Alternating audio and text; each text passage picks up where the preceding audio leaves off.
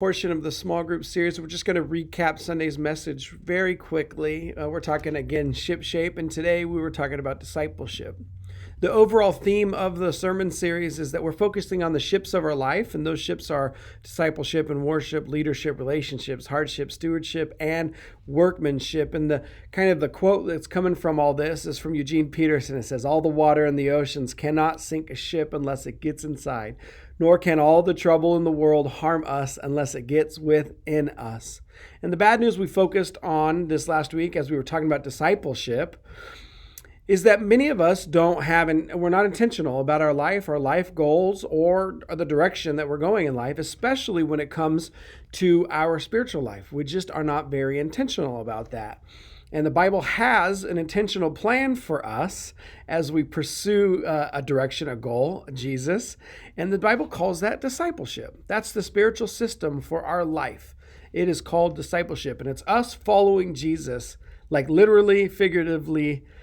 This was a quote we read from a guy named Dallas Willard, and he says, "But just there is the problem. Who among Christians today is a disciple of Jesus in any substantive sense of the word disciple? A disciple is a learner, a student, an apprentice, a practitioner, even if only a beginner, steadily learning from Jesus how to live the life of the kingdom of the heavens into every corner of human existence." The good news was from Matthew 28, 16 through 20. Feel free to read that. It'll be on our last point.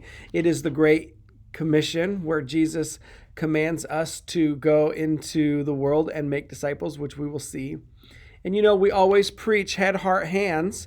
And so the points are going to be wrapped around that. And the head point was that the goal of our faith is to look like Jesus. The goal of our faith is to look like Jesus.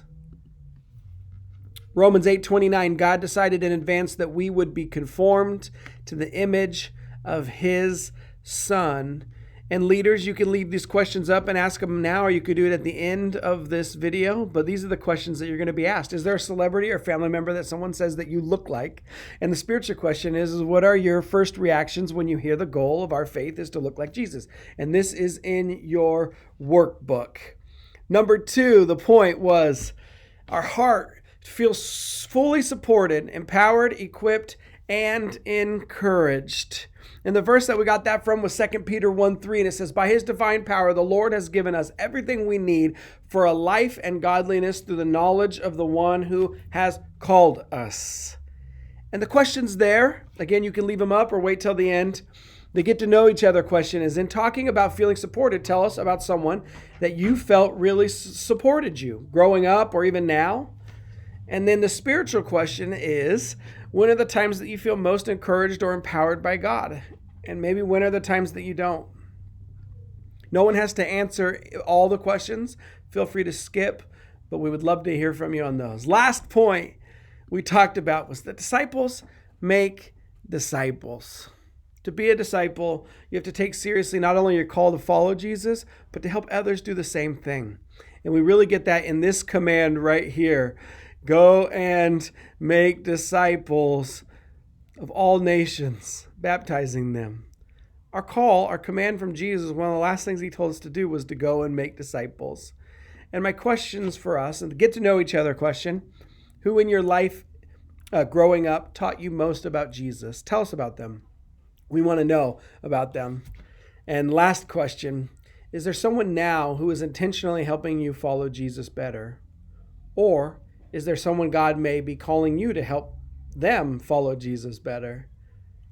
If you have any questions, feel free to send me a text. Otherwise, your leader, facilitator, you are in good hands with them. And I hope you have a great conversation. Again, continuing to pray for you. Bless you all. Good night.